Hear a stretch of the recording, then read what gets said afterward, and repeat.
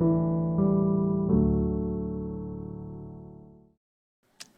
말씀 나누겠습니다. 오늘 사도행전 22장 17절부터 우리 29절까지의 말씀입니다. 사도행전 22장 17절부터 29절 한 절씩 저랑 읽도록 하겠습니다. 후에 내가 예루살렘으로 돌아와서 성전에서 기도할 때 황홀한 중에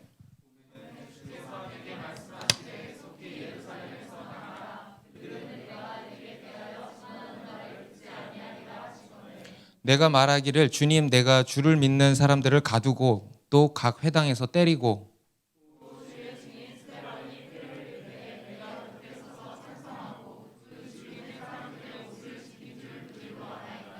나더러 또 이르시되 떠나가라, 내가 너를 멀리 이방인에게로 보내리라 하셨느니라.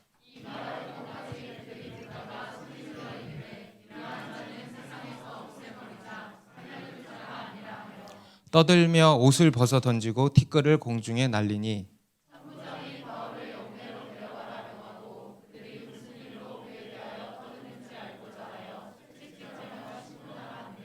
가죽줄로 바울을 매니 바울이 곁에 서 있는 백부장더러 이르되 너희가 로마 시민된 자를 죄도 정하지 아니하고 채찍질할 수 있느냐 하니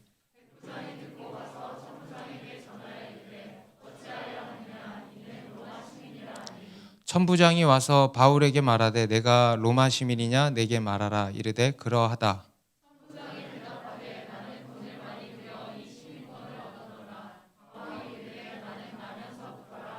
우리 같이 읽습니다. 신문하려던 사람들이 곧 그에게서 물러가고 천부장도 그가 로마 시민인 줄 알고 또 그 결박한 것 때문에 두려워하니라. 아멘. 우리는 지금 이제 바울의 마지막 여정을 살펴보고 있죠. 바울의 마지막 여정을 통해서 복음을 위하여 사는 인생이라는 주제로 계속 지금 나누게 되고 있습니다. 먼저 우리 사도 바울은 복음을 위하여 당하는 삶을 살았다는 것을 우리가 처음으로 살펴봤었죠. 그래서 결박당하는 인생이었다. 모함당하고 비난당하고 미움당하고 핍박당하고 끝내 결박당하는 삶. 그런데 그것이 그냥 단순히 그렇게 끝나는 것이 아니고 그 결박당하는 삶을 통해서 당하는 삶을 통해서 하나님께서 계획하신 놀라운 일들을 지금 이루시고 계신다라는 것을 살펴봤었습니다.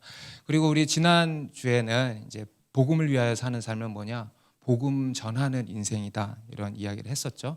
우리 그리스도인의 삶은요 전도자의 삶인 거예요.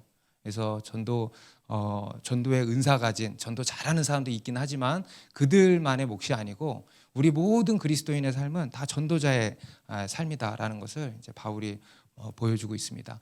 특히 그것을 위해서 우리는 어떻게 할 수 있어야 된다 그랬죠?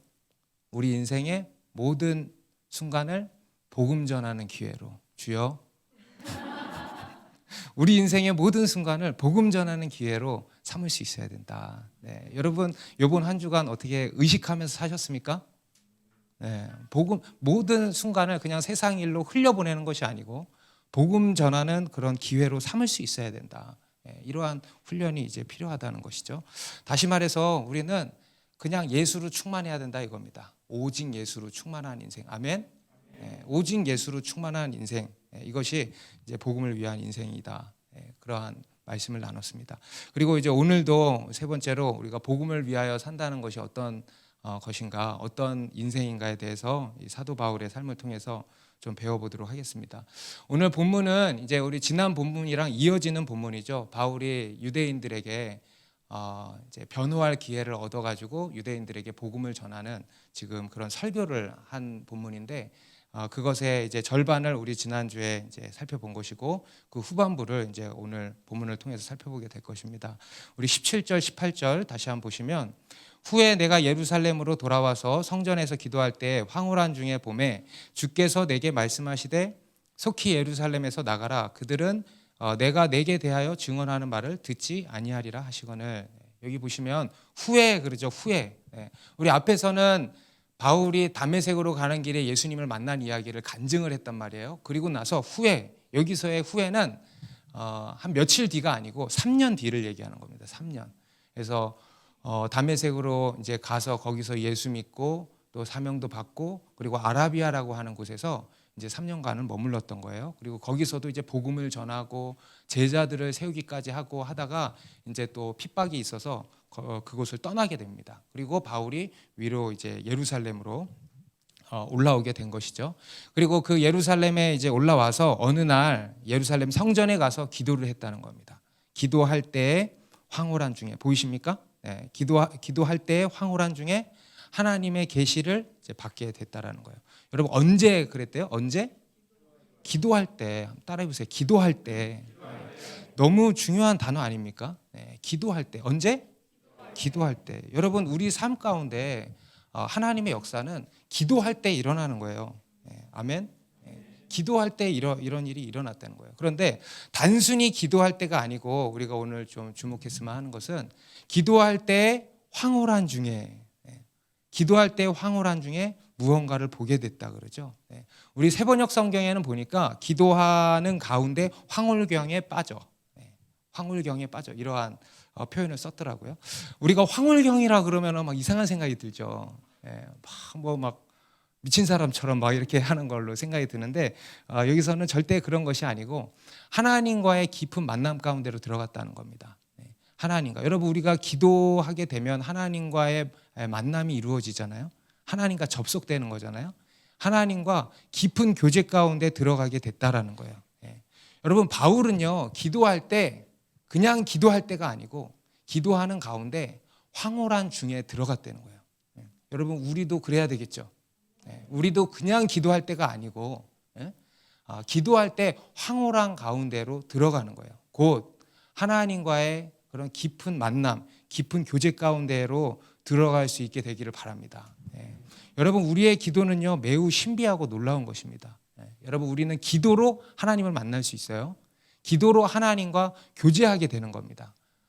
다시 말해서 기도로 하나님과 접속되는 거예요. 다른 표현으로는 우리가 기도할 때 특별한 영적 세계로 들어갈 수 있다는 것인데 하나님의 놀라운 계시의 세계로 들어갈 수 있게 된다는 것입니다. 여러분 믿으십니까?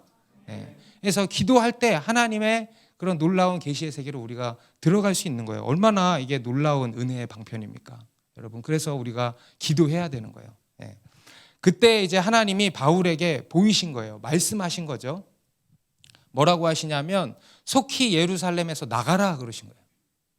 빨리 여기서 나가라. 바울은 지금 예루살렘으로 뜻이 있어서 왔는데 나가라 그러시는 거예요. 왜냐? 네가 증언하는 것을 이들이 듣지 않을 거다. 그러니까 나가라 이러시는 거예요. 바울은 무슨 생각이 있었냐면 내가 예루살렘으로 와서 복음을 전해야겠다. 내가 핍박자로 살았잖아요. 그 유대인들보다 훨씬 더 앞선 핍박자로 살았는데 예수님을 만나서 뒤집어졌으니까 굉장히 센 간증이 있잖아. 그러니까 그런 내가 복음을 전하면 산 증인으로서 복음을 전하면 그들이 다 믿게 될 거다 이런 생각이 있었던 거예요. 그래서 내가 이제 예루살렘에 가서 짠 나타나가지고 복음을 전해야겠다 이런 계산이 있었던 것 같은데 근데 이제 하나님께서는 다른 생각이 있으셨던 거예요. 나가라 그러시는 거예요. 그래서 19절 20절에 바울이 이렇게 이야기를 한 겁니다. 내가 말하기를 주님 내가 주를 믿는 사람들을 가두고 또 각 회당에서 때리고 또 주의 증인 스데반이 피를 흘릴 때 내가 곁에 서서 찬성하고 그 죽이는 사람들의 옷을 지킨 줄 그들도 아나이다. 제가 좀 전에 말씀드린 그거예요. 나는 그들보다 누구보다 앞서서 핍박했던 핍박자로서 예수님을 만난 사람이기 때문에 나의 말이 얼마나 영향력이 있겠습니까? 내가 복음을 전하겠습니다. 이렇게 이야기를 한 건데 그에 대해서 하나님께서는 여전히 노 하시는 거죠. 노.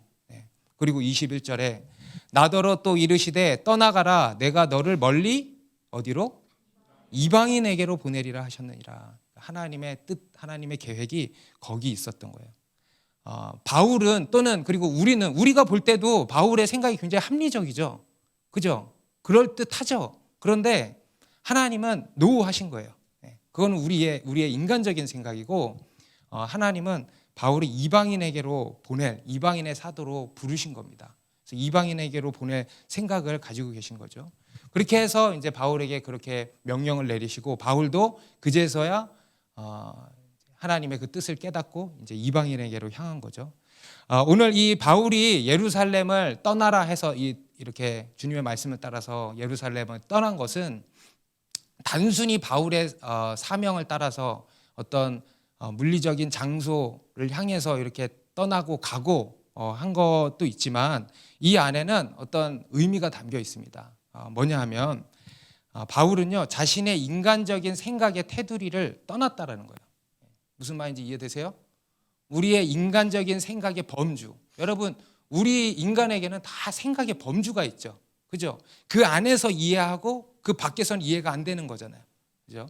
그래서 그 인간적인 생각의 테두리를 바울은 지금 떠난 거예요. 지금 바울이 예루살렘을 떠났다라는 것은 예루살렘은 실제로 떠난 것인데 그 안에는 이런 의미가 담겨 있다는 겁니다. 그의 인간적인 생각의 테두리를 떠났다는 거예요. 앞에서 바울이 좀처럼 하나님의 말씀을 납득하지 못하고 이렇게 순응을 하지 못한 것은요, 그가 그의 인간적인 생각에 갇혀 있었다라고 표현할 수 있겠죠. 우리 모든 사람이 마찬가지입니다. 다 우리는 자기 생각의 테두리 안에 이렇게 갇혀 있게 마련입니다. 그런데 바울은 이제 주님의 말씀을 따라서 떠났다 그러죠. 여러분 종종 하나님께서는요 우리를 우리의 생각의 테두리 밖으로 이끌어내실 때가 많이 있습니다.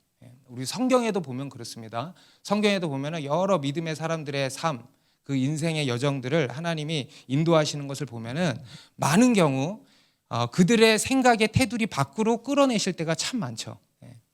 가장 대표적으로 우리 믿음의 원형이라고 하는 아브라함이 처음에 하나님의 부름을 받았을 때 우리 창세기 12장 1절이죠. 우리 다 같이 한번 읽어볼까요? 시작.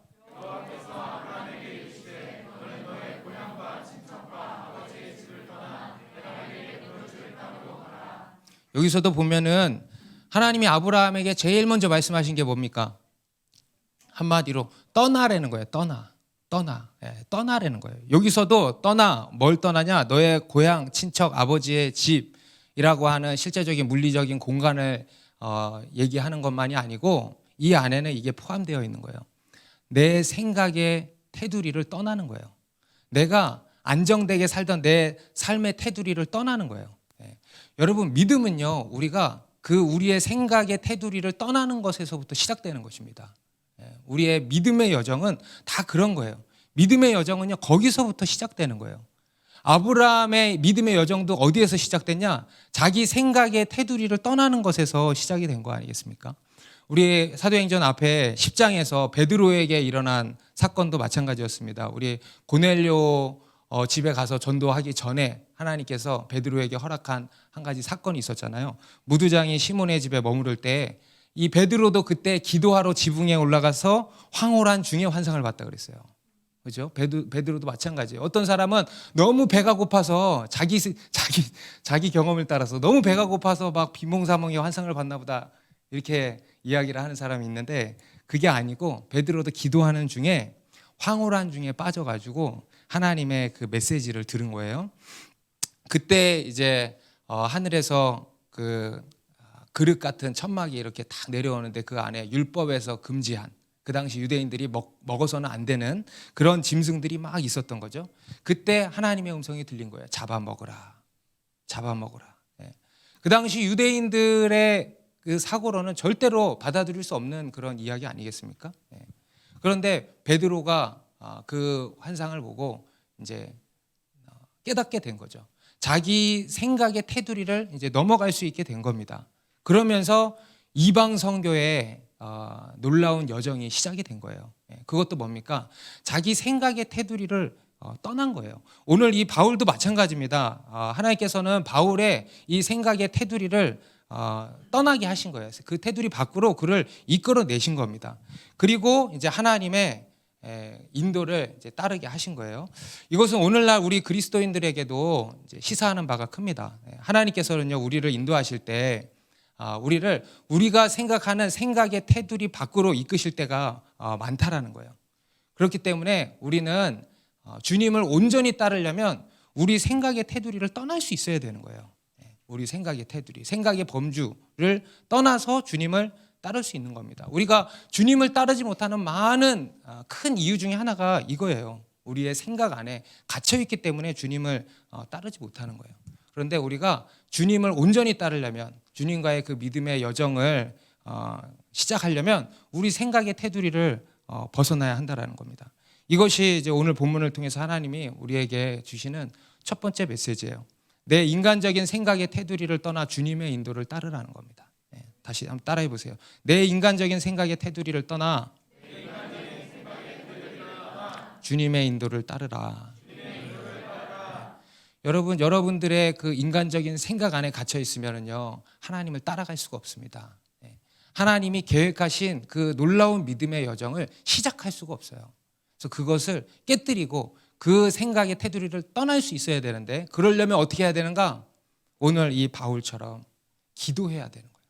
아까 초두에서도 얘기했잖아요. 여러분, 오늘 바울이 자신의 그 고정관념을 떠날 수 있었던 것은요, 오직 기도했기 때문인 거예요. 기도하면 어떻게 돼요? 하나님이랑 접속되는 거예요. 기도하면 하나님의 놀라운 그 계시의 세계 안으로 들어가게 된다 그랬잖아요.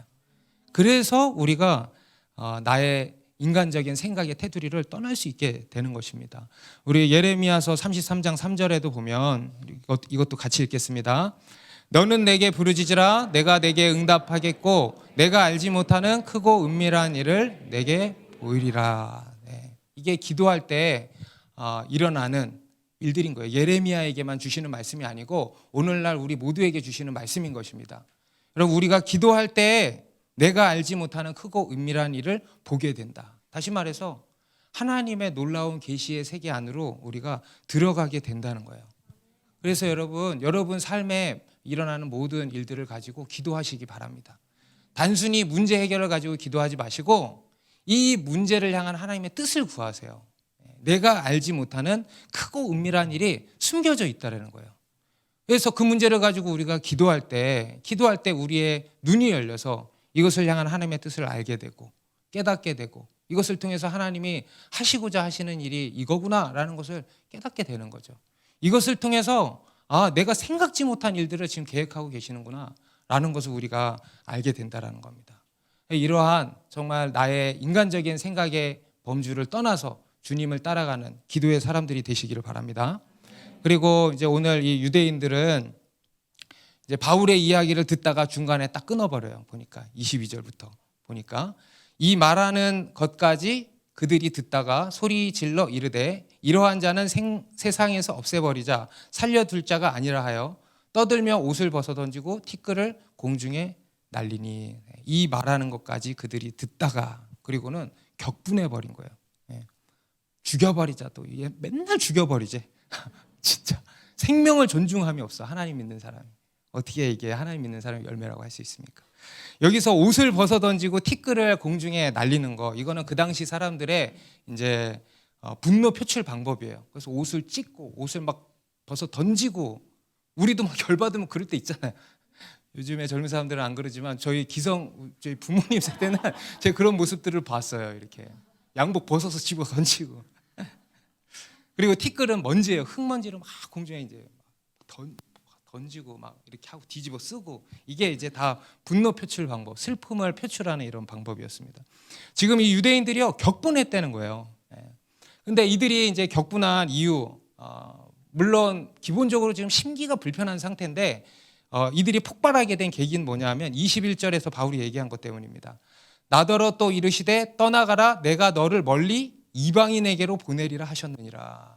이거에 굉장히 열받은 거예요. 지금 이 유대인들은요 이방인들을 개취급하지 않았습니까? 상종할 수도 없는 그런 경멸의 대상이 이방인들이었어요. 그런데 지금 하나님의 이 구원의 메시지, 구원의 복음을 이방인에게로 보내리라 하셨다는 거예요. 하나님이. 말도 안 되죠, 유대인들 입장에서는. 그 경멸의 대상을 향해서 하나님이 구원하신다고, 구원의 복음을 보내신다고, 이런 말도 안 되는 소리 하면서 이제 격분한 거예요. 참을 수 없도록 격분한 겁니다. 이들의 반응도 여러분 마찬가지입니다. 우리 앞에서 말씀드린 것처럼 이들은 자신들의 종교적 신념 때문에 이제 이러한 격분을 한 것이지만 그 근본적인 이유도 이거예요. 이들도 자신들의 생각의 테두리를 벗어나지 못하고 있는 거예요. 그렇죠? 여러분, 우리 인간은 그렇습니다. 우리가 생각하는 그 생각의 테두리를 벗어나잖아요. 그러면 화가 나는 거예요. 이해하지 못하는 거에 화가 나는 거예요. 내 그 생각의 테두리를 벗어나면 그때 분노가 올라오고 또 절망하고 낙심하고 등등등의 반응이 일어나는 거 아니겠습니까? 그러니까 지금 이 유대인들도 마찬가지인 거예요. 이들도 자신들이 생각하는 그 생각의 테두리를 지금 벗어나는 얘기를 하고 있으니까 격분한 거라고 할 수 있겠죠. 아마 바울은 자신의 말이 아마 그들을 이렇게 굉장히 불편하게 할 것이라는 것을 알았을까 몰랐을까? 당연히 알았죠. 지금까지도 쭉 그래왔는데 당연히 알았어요.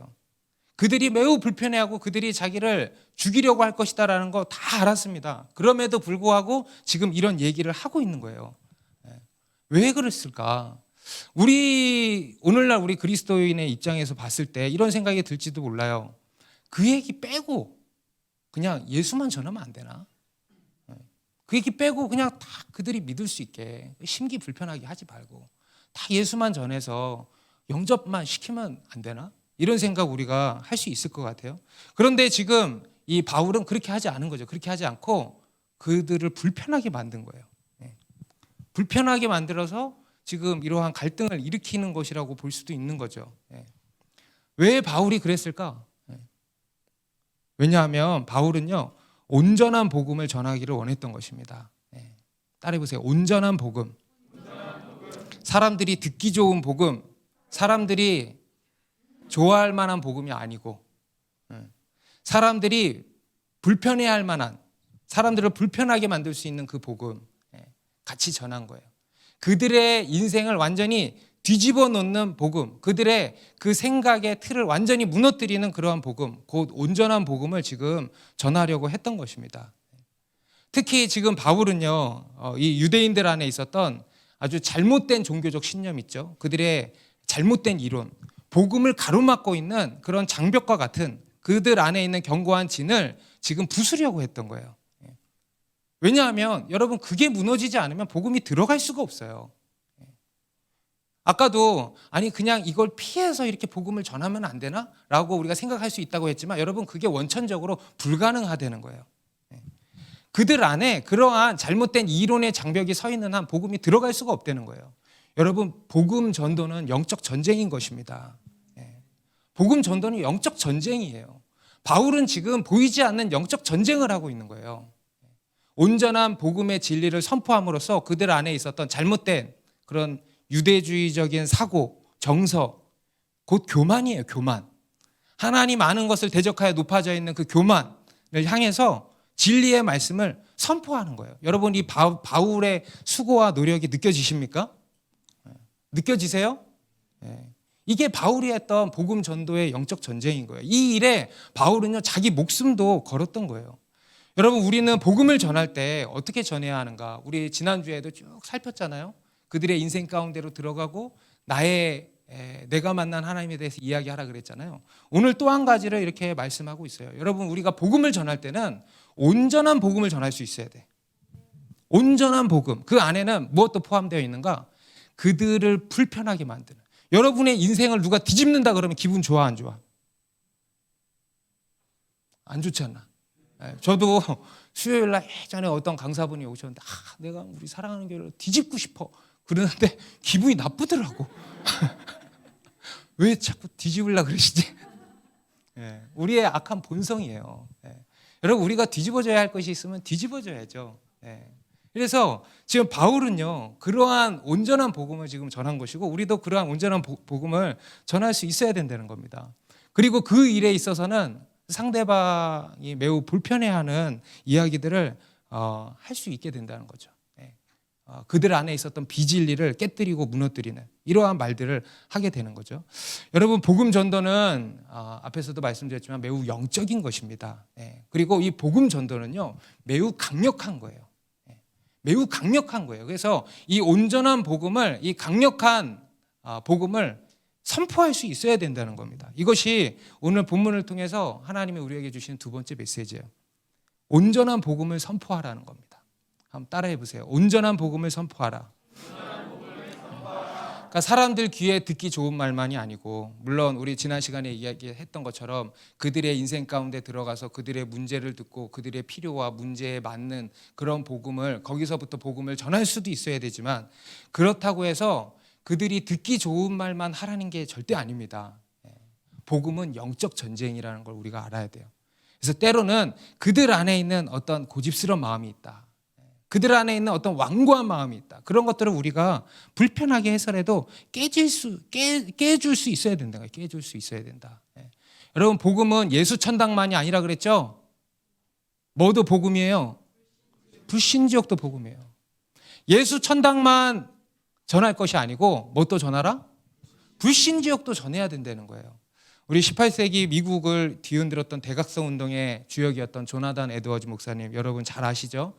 그분의 대표적인 설교가 많겠지만 가장 대표적인 설교가 뭐냐면 진노한 하나님의 손에 붙들린 죄인들이에요. 진노한 하나님의 손에 붙들린 죄인들. 이게 복음전도 설교예요. 복음전도 설교. 우리 교회로 치면은 크리스마스 날 하는 설교야. 복음전도 설교. 일명 지옥 설교라고 부릅니다. 우리가. 하나님의 심판에 대한 설교예요. 예수 안 믿는 사람들 두고 이 설교를 한 거예요. 이 설교를 그 당시에는 이제 뭐 이런 등도 없었어요. 다 촛불 켜놓고 원고 보고 다 읽는 이런 설교였습니다. 목사님이 그 설교 원고를 만들어서 쭉 읽어내려는 가는 순간 갑자기 이곳저곳에서 흐느끼는 소리가 들리기 시작한 거예요. 예수 안 믿는 아무것도 모르는 사람들인데, 그러면서 온 장내가 그냥 뒤집어진 거예요. 그야말로 온 장내가 울음바다가 돼버린 거예요. 그러면서 다 통해 자복하고 회개하고 그리고 주님께로 돌아오는 놀라운 역사가 일어났거든요. 거기서부터 출발해가지고 미국 전역에 부흥의 불이 번지게 된 겁니다. 이 지옥 설교 하나로. 여러분, 복음은 예수 천당만이 아닙니다. 불신지옥도 복음이에요. 우리 예전에 제가 이제 어떤 한 택시기사 아저씨가 오래전에 택시기사 아저씨가 예수 믿게 된 이야기를 한번 들은 적이 있는데 어떤 할머니가 이제 손님으로 탄 거예요. 예수 믿는 할머니, 전도하는 할머니예요. 그래서 이제 아주 나이 많은 할머니신 거죠. 그래서 그 기사분에게 기사 양반 예수 믿으시오? 이렇게 물어봤대요. 그러니까 이제 이분이 자기는 완전 안티였던 거야. 그래서 저는 그런 거 안 믿습니다, 할머니. 그러면서 쭉 자기 얘기를 하더래. 자기 그 교만한 이론으로 꽉 차 있어요. 이래서 그렇고 저래서 그렇고 열해서 그렇고 열해서 그렇고 열해서 그렇고 열해서 그렇고.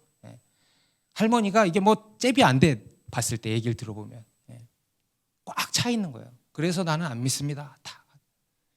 그래서 할머니가 혼자 얘기 다 하고 이제 택시 내릴 때가 된 거죠. 할머니가 내리실 때 딱 한마디 하고 내리셨대. 그래서 나중에 지옥 가면 어떡하려 그래? 그러고는 내리셨대. 친절함이 전혀 없어. 그래서 나중에 죽어서 지옥 가려면 어떡하려 그래? 그러고는 내리셨대. 근데 그 택시기사 아저씨가 그 말에 빵 맞아버린 거야. 빵 맞아버린 거야. 그래가지고 예수 믿게 됐대요. 여러분, 복음은 사람들이 듣기 좋은 예수 천당만 전하는 거 아닙니다. 불신지옥도 전하는 거예요. 우리 바울도 우리 로마서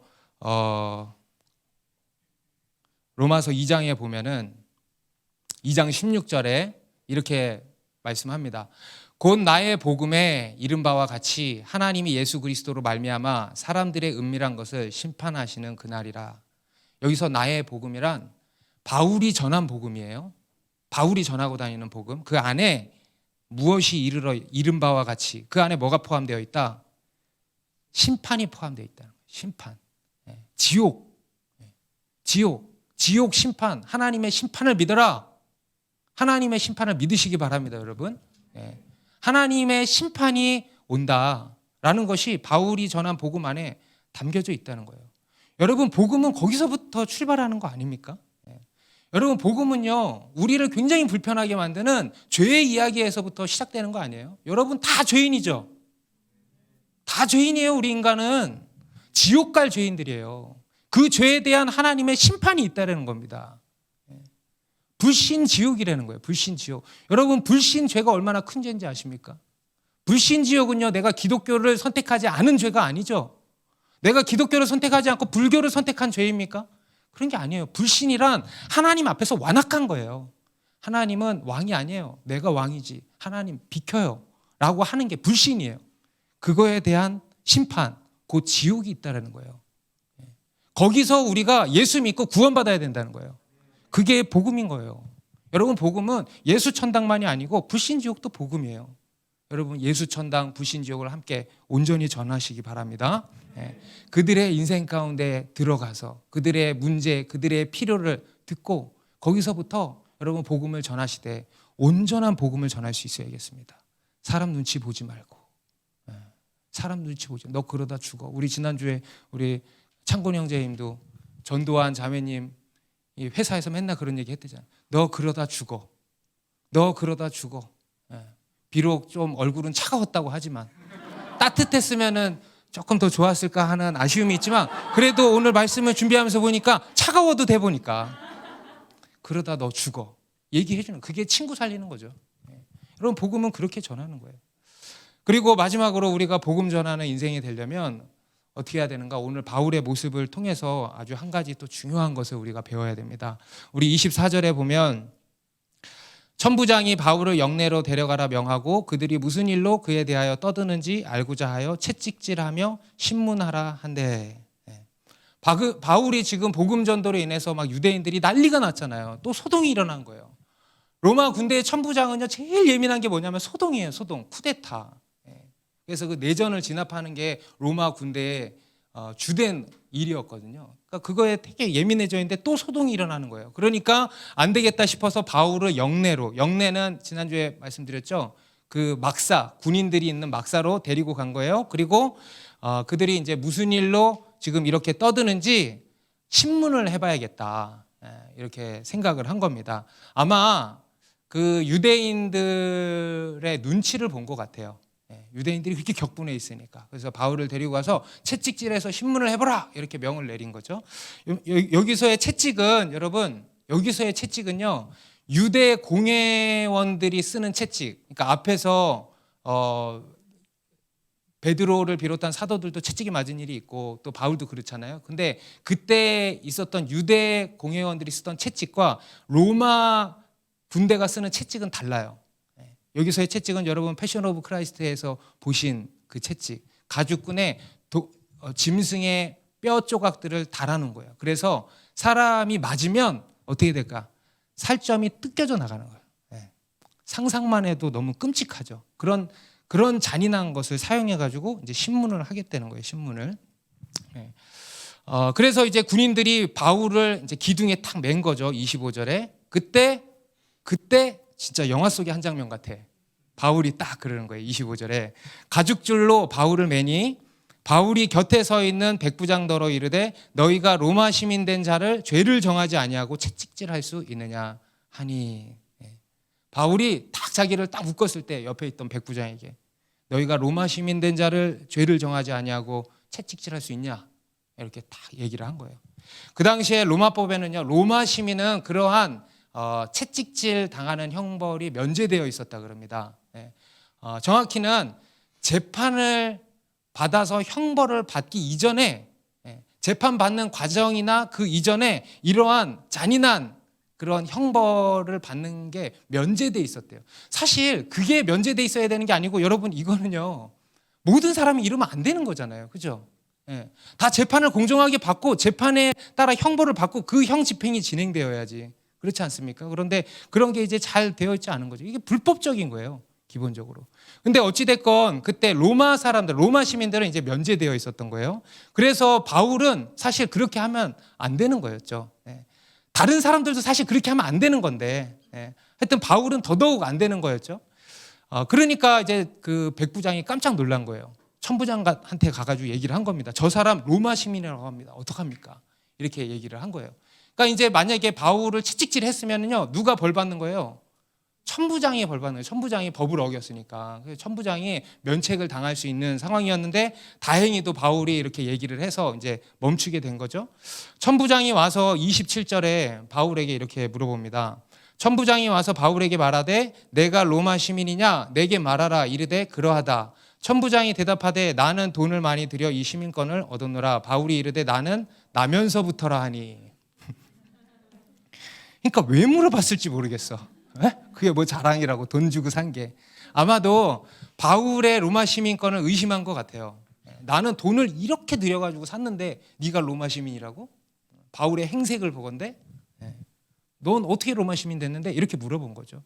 나는 나면서부터 로마 시민이었는데 아마도 바울은 유대인이거든요. 로마 시민이 될 수가 없는데 어떻게 로마 시민이 됐을까? 부모님이 로마 시민이었던 거죠. 그죠? 당연히. 그리고 추정하기로는 조부모님이나 그 증조부모님이 큰 돈을 들여서 샀거나 그게 아니면 그 로마의 노예들도 로마 시민이 된대요. 그래서 로마의 노예였거나 아니면 로마에 큰 공을 세운 사람이었거나 이러한 설들이 있습니다. 그래서 어찌됐건 간에 이제 그 조상 때부터 로마 시민이 돼서 이제 바울도 로마 시민이 이제 된 거죠. 그것을 이제 여기서 딱 밝힌 거예요. 그러니까 이 천부장이 이제 더 놀란 거죠. 그래서 이제 탁 멈추게 된 겁니다. 여기서 우리가 좀 한 가지 생각해 봐야 될 것이 있죠. 여러분들도 아마 궁금해 하실 겁니다. 뭐냐면 바울은 왜 지금에 와서 자신이 로마 시민인 것을 밝혔냐는 거예요. 분명히 앞에서도 로마 시민인 것을 밝힐 수 있었을까 없었을까? 당연히 있었죠. 당연히. 깜빡했다가 지금 생각난 거 절대 그럴 수 없죠. 당연히 앞에서도 얘기할 수 있었어요. 얘기했으면은 진작에 끝날 일이었어요. 진작에. 그런데 바울은 쓰지 않았어요. 얘기하지 않았어요. 얘기하지 않은 거예요. 왜일까? 복음을 위해서. 따라합시다. 복음을 위해서. 복음을 위해서 자신의 이 큰 권리도 포기한 거예요. 구체적으로 얘기하면 지금 바울은 유대인들을 대상으로 해서 복음을 전하고 있잖아요. 유대인들을 대상으로 복음을 전하는데 만약에 여러분 가서 한국 사람에게 복음 전하는데 나 미국 시민권 있어? 이러면 어때?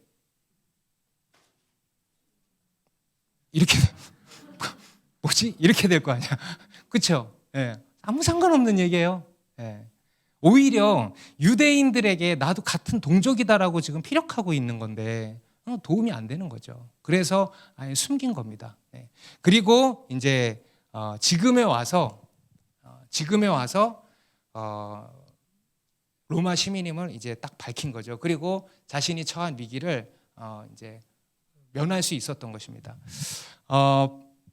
바울이 이제 지금 뒤에 와서 로마 시민임을 이제 또 밝혔잖아요. 그죠? 앞에서는 밝히지 않고 복음을 위해서 밝히지 않았다 그랬어요. 그리고 뒤에 와서는 또 밝혔단 말이에요.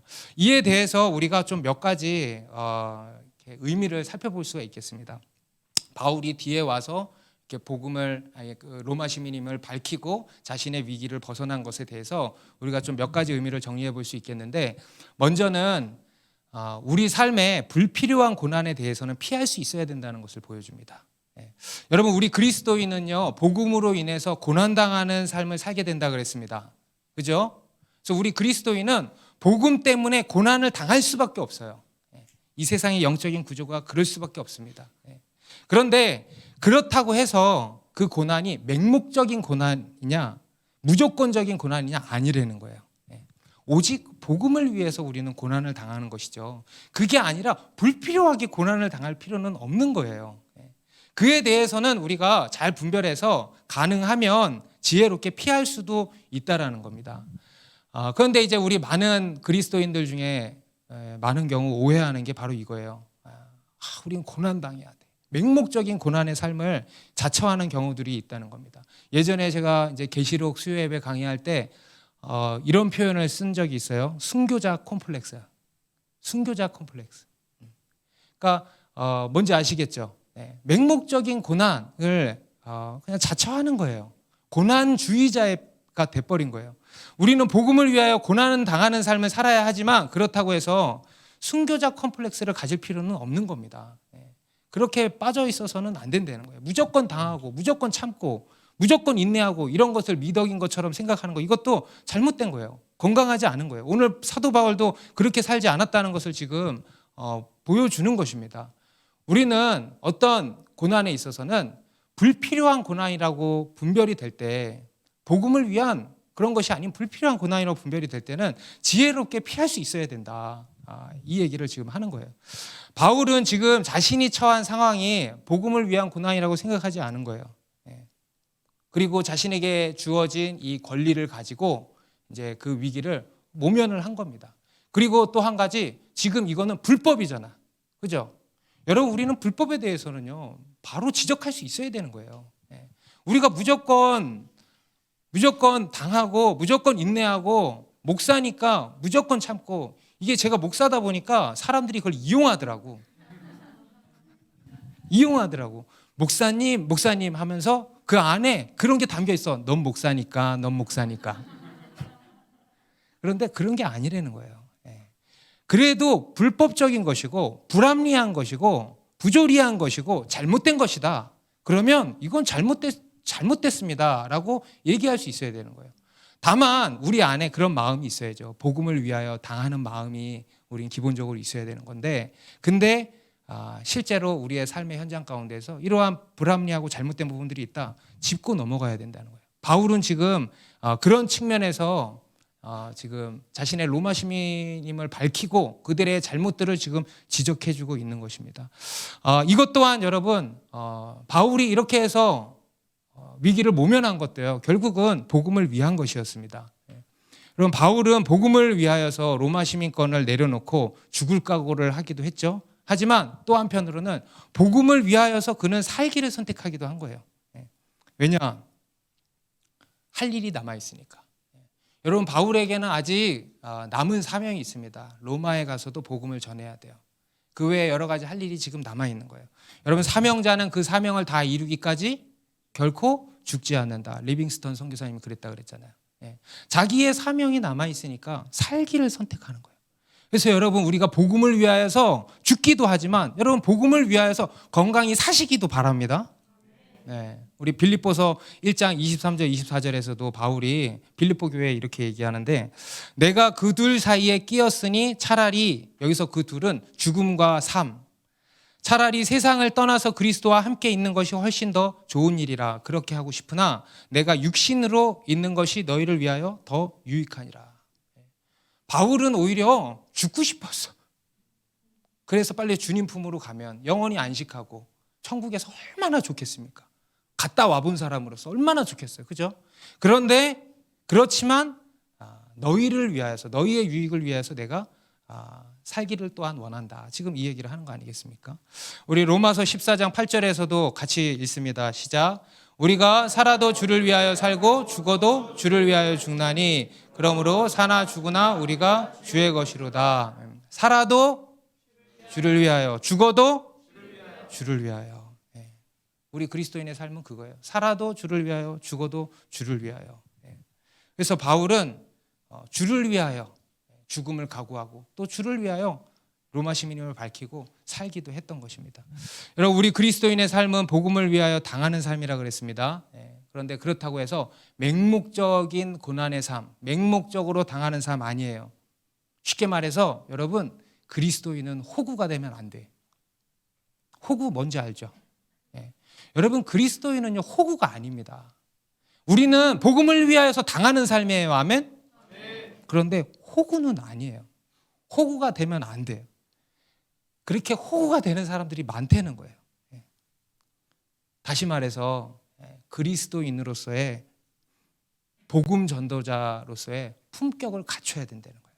이게 오늘 바울의 삶을 통해서 우리가 배울 수 있는 마지막 메시지입니다. 따라해 보세요. 복음 전도자로서의 품격을 갖추라. 다시, 복음 전도자로서의 품격을 갖추라. 여러분, 우리 그리스도인은 찌질하면 안 됩니다. 여러분, 오늘 바울은요, 비록 그의 행색이 남루했겠지만 상상이 가죠. 볼품없는 외모와 체격, 낡은 옷차림, 그리고 얼마나 또 맞았겠어요? 얼굴에 수많은 상처들, 그리고 뭐 잘 막 배부르게 먹어서 살쪘겠습니까? 아니죠. 빼빼 말랐을 것 같아. 그러니까 그 행색만 보면요, 매우 초라해 보였을 겁니다. 로마의 천부장이 그가 로마 시민이었을 거라고 전혀 상상도 못했을 거예요. 그러한 행색을 봤기 때문에. 하지만 그의 행색은 그렇지만, 여러분 상상을 지금 하셔야 돼요. 그의 행색은 그렇지만 그에게 무언가 비범함이 느껴졌을 거라는 거예요. 여러분 상상이 가세요? 바울의 그 어떤 인간됨이 느껴졌을 거예요. 무언가 위험과 권위가 있다라는 게 느껴졌을 거예요. 무언가 진정한 평안과 기쁨이 있다라는 게 느껴졌을 거예요. 뭔가 특별함이 느껴졌을 거라는 거예요. 여러분 오늘 본문 마지막에도 보면 29절에 다 같이 읽겠습니다. 시작. 신문하려던 사람들이 곧 그에게서 물러가고 천부장도 그가 로마 시민인 줄 알고 또 그 결박한 것 때문에 두려워하니라. 여러분 지금 여러분 로마 군사는 얼마나 무섭겠어요. 로마 군대가 우리나라 군대랑 달라. 여러분 예비역 여러분 우리나라 그 군대로 생각하면 안 돼. 총알도 없는 군대로 생각하면 안 돼. 이 로마 군사는 실제로 칼과 창이 있고 무시무시한 채찍이 있고 얼마나 무섭겠어요. 얼마나 압도되었겠습니까? 거기서 바울이 붙들려 있는 거예요. 누가 두려워해야 돼요? 바울이 두려워야지. 바울이. 여러분들이 그 자리에 있다고 생각을 해보십시오. 얼마나 두렵겠습니까? 그런데 여러분 지금 누가 두려워하고 있어요? 천부장이 두려워하고 있어요. 천부장이.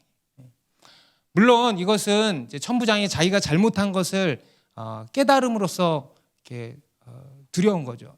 그런 두려움을 느낀 거죠. 어떤 사람이 이런 얘기 하더라고요. 정의는 진리를 두려워하는 것에서부터 시작된다. 정말 그렇지 않습니까? 여러분 진리를 두려워하지 않는 곳은요 정의가 세워질 수가 없어요. 오늘날에도 이 땅에 그런 나라들이 있잖아요. 그렇죠?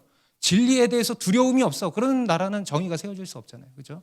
그러니까 그러한 하나의 반응으로서 천부장이 이제 두려워한 것이기도 하지만 이 안에는 또 무엇을 의미하는가 하면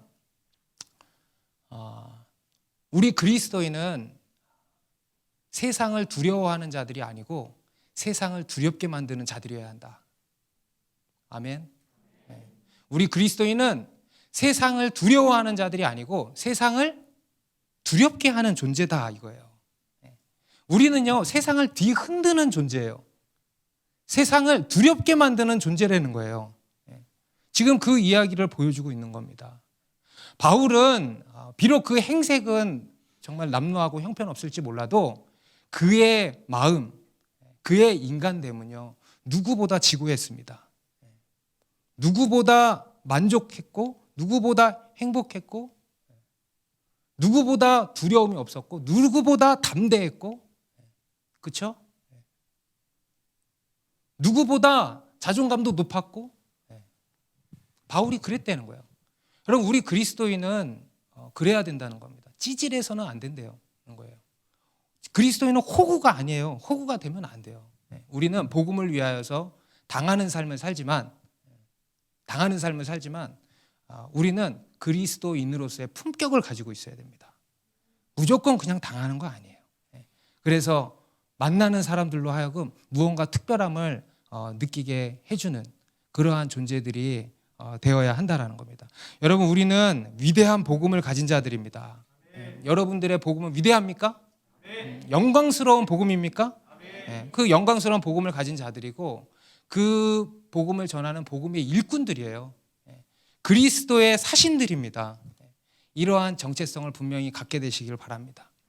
이 분명한 정체성을 가지고 복음 들고 담대히 나아가 세상을 두렵게 하는 그런 복음 전도자가 되시기를 바랍니다. 기도하겠습니다.